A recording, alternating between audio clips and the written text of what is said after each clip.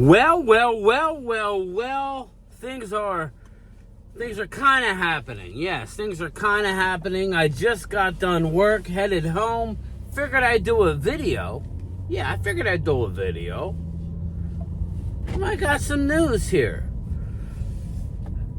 First and foremost, it will not be a trade in my opinion. Maybe it will, and then a restructure. That could be a trade and then a restructure. I think the 49ers and Deebo Samuel have come up with a mutual agreement. He wants a new start. Deebo Samuel wants a new start. Who makes sense for Deebo Samuel? Okay? I don't believe that Deebo Samuel is going to get you a high draft pick. Why would you want to trade for him in that massive contract?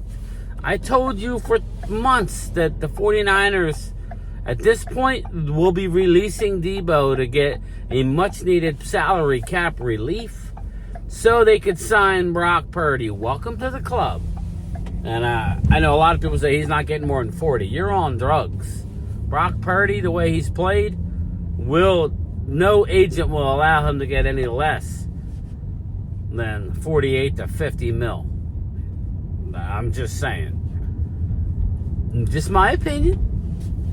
Deebo Samuel. So please put in the comments who you think Deebo would go well with. I think his style, I would have liked Deebo a couple years ago. I'm not poo-pooing Deebo. Would you want Deebo as your number two? Here's my problem with Deebo. My problem with Deebo is you need to have the offense around Deebo Samuel. So that's where I don't know if that's, I don't know. Like an Anquan Bolden type player, I could deal with that. Deebo with the ball in his hands, I love. Put in the comments, you want Dallas to go for Deebo Samuel. Where does Deebo end up? You know what I'm going to tell you. The team with a lot of money who could use him. Add much needed toughness. The Washington Commanders. Unfortunately, that's what it's going to be. Washington Commanders. He wants a fresh start with a winner. He ain't going to no bottom feeder. He's going to get to pick his spot. He's going to want to say, hey, Drew. He's going to want to play for Dallas. I'm not saying I'm doing it. I'm not doing it. I don't know. But Deebo Samuel is going to get his release. Maybe they trade him. I find it hard to believe. So, put in the comments if you're an Eagle fan, if you're a Cowboy fan, Commander fan, whoever. Who do you think he goes to? But I called this months ago. Again, just look at the contract. The contract speaks, people. That's why I brought up the Eagles' defensive tackle. If they plan on re-signing him again at the end of the year or during the year, then you're going to keep Davis.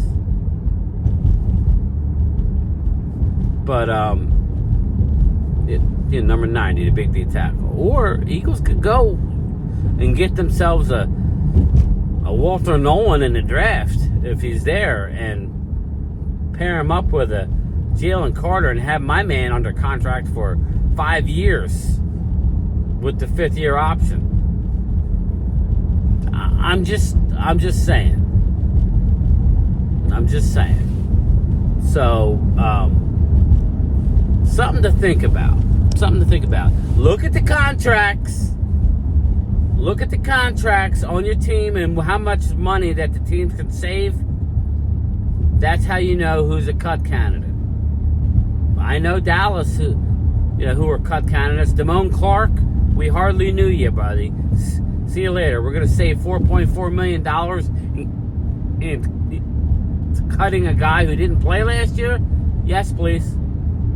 I'll be curious to see how Dallas handles the Zach Martin. They need to cut him now. Release him now. Let's start the new league year, not post June 1, now. You'll get more dead money this year, but you'll save $14 million. I don't know what they'll do. They'll probably do a post June 1. That's probably what they'll do and spread it out, but you won't save nearly as much.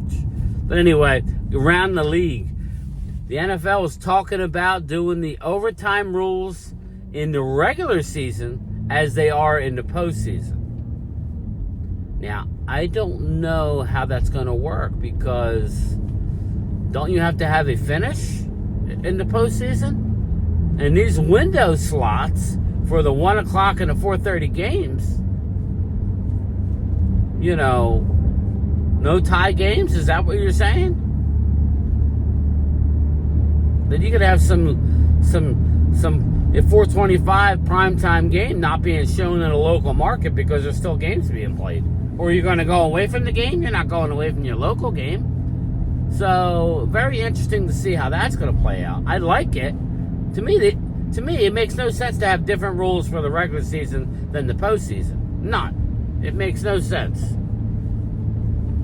It makes no sense to have a different rule at all.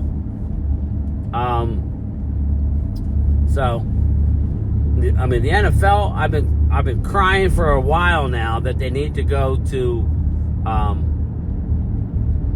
full-time referees. The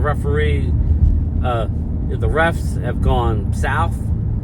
The quality of it is going way downhill. Not good. Again, full-time, baby.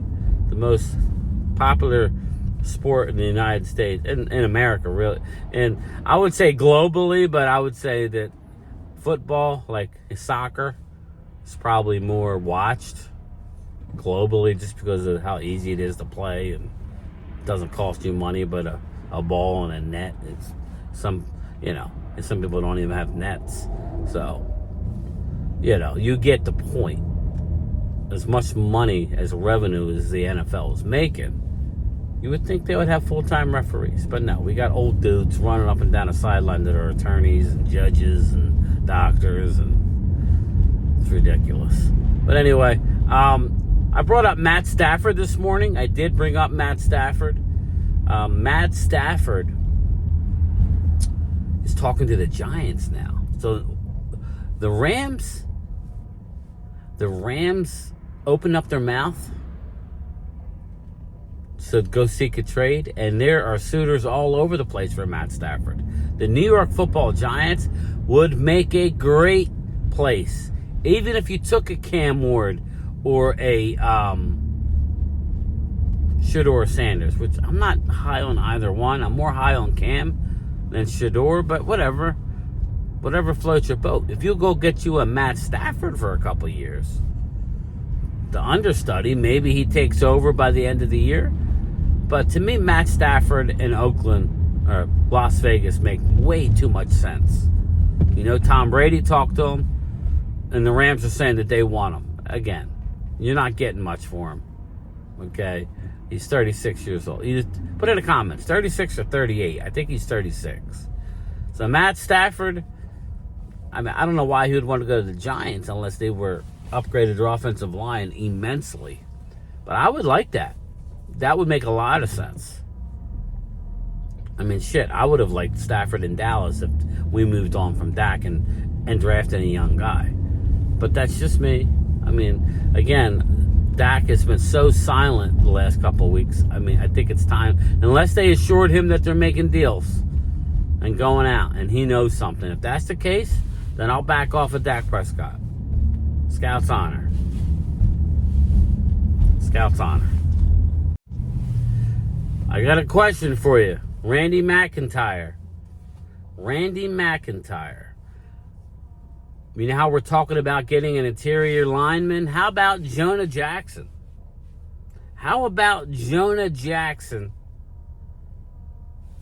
From the Los Angeles Rams? I'm not saying I want Jackson, but how about Jonah Jackson? He plays interior line. He's 28 years old. He's under contract. The Rams are giving him permission to seek a trade. I'm not saying I would give anything high for him, but Jonah Jackson, that's an upgrade. Leave Cooper Beebe at center. You have Jonah Jackson that could play right guard. Yeah, Brock Hoffman, that could be the backup at both spots. You got I don't know. I'm just saying we need an offensive. I think we need tackle more, honestly. But we do have Asim Richards. But you know, if you go out and get me Jones, now I don't know that he fits with Dallas because I don't really see us getting too much. I think we have a lot of pieces in-house already, but it seems like everybody and their mother wants us to get. I mean, if you're saying you want to get a left tackle, okay, identify the left tackle that we're going to go get. You know, I'm just saying, if you can add Jonah Jackson to the mix of interior veteran defensive line, and he's only 28. So you'd get him for a good 3 years. He signed a 3-year deal before last year with the Rams. So, you know, you get 2 more years out of him. Just another guy to think about. Just another guy to think about. So, can't wait for tomorrow and the Combine. I know, you know, and streaming and just talking. Yeah, because we're going to hear rumors. Things are developing. And it's very exciting this time of year. You know, get the Combine behind us, rolling into free agent frenzy on March 10th, and then free agency, and then the NFL draft. Again, the NFL draft, and then what I'm excited about after the draft is schedule release mid-May. Yes, schedule release. We get to find out when Dallas goes to Las Vegas. That's the game I'm earmarking for next year.